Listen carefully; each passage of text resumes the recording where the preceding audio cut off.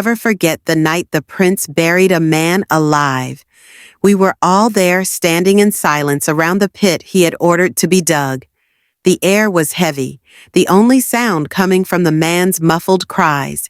His hands were tied behind his back, and his face was wet with sweat and tears. His name was Baco, and he was a farmer, a good man, but the prince had decided he was guilty of stealing from the royal fields. Nobody had seen Baco take anything. Some said the prince made it up because he wanted to take Baco's land.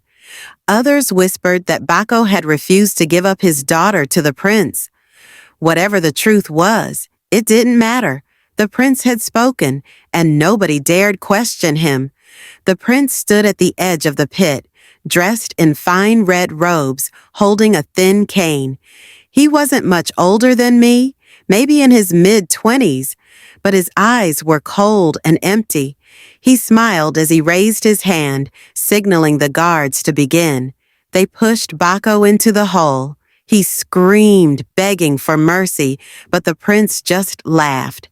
Then the guards started shoveling dirt over him, slow at first, like they wanted us all to watch.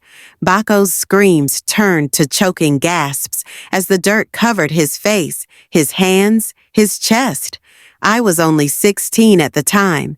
My father worked as one of the prince's messengers, so we had to be there. I remember gripping my father's arm, trying not to cry.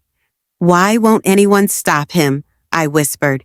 My father's face was pale, his jaw tight. He didn't look at me. "If you speak, he'll bury you too," my father said. When it was done, the prince looked around at all of us. "Let this be a lesson," he said, his voice calm, like he was talking about the weather. "No one steals from me. No one disobeys me." The crowd dispersed quickly after that. Nobody wanted to linger. But that night, I couldn't sleep. I kept hearing Baco's voice, his screams echoing in my mind. I knew everyone else must have heard it too, but nobody talked about it. Not the next day, not ever. Over the years, the prince grew worse. He demanded more taxes, took whatever he wanted, and punished anyone who resisted. Some people tried to leave the village, but his men always brought them back. Others tried to rise up against him, but they disappeared before they even had a chance. One day, I'll tell you how it ended, how the prince finally got what was coming to him. But for now, I just needed to share this. Sometimes, when I close my eyes, I still see that pit. I still hear Baco's voice, and I still wonder how we let it happen.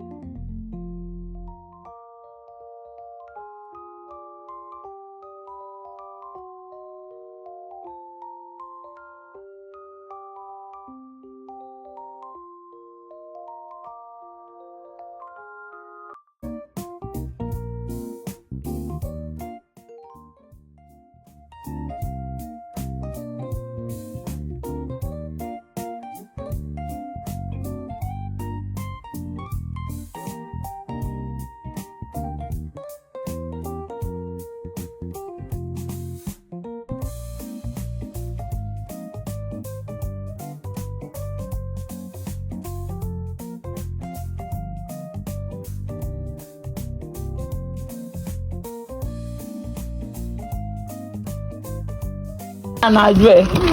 Good afternoon.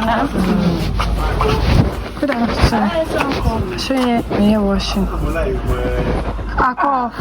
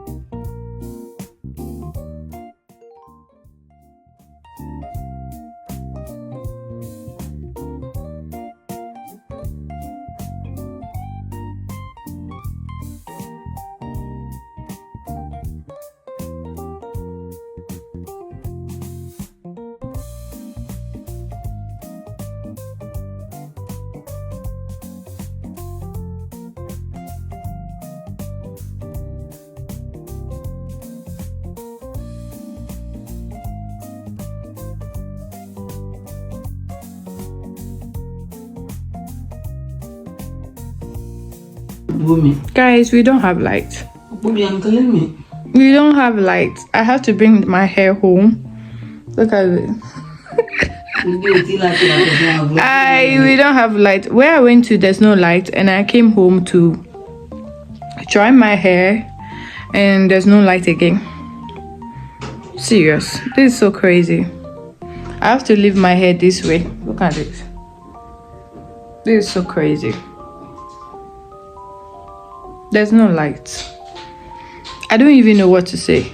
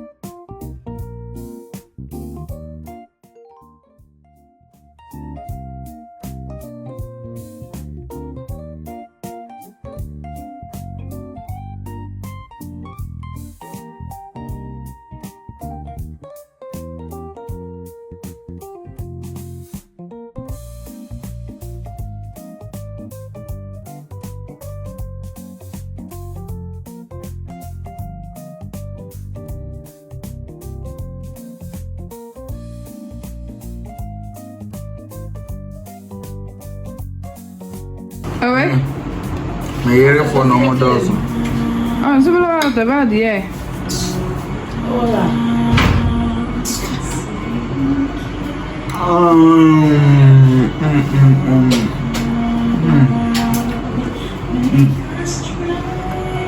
I invited.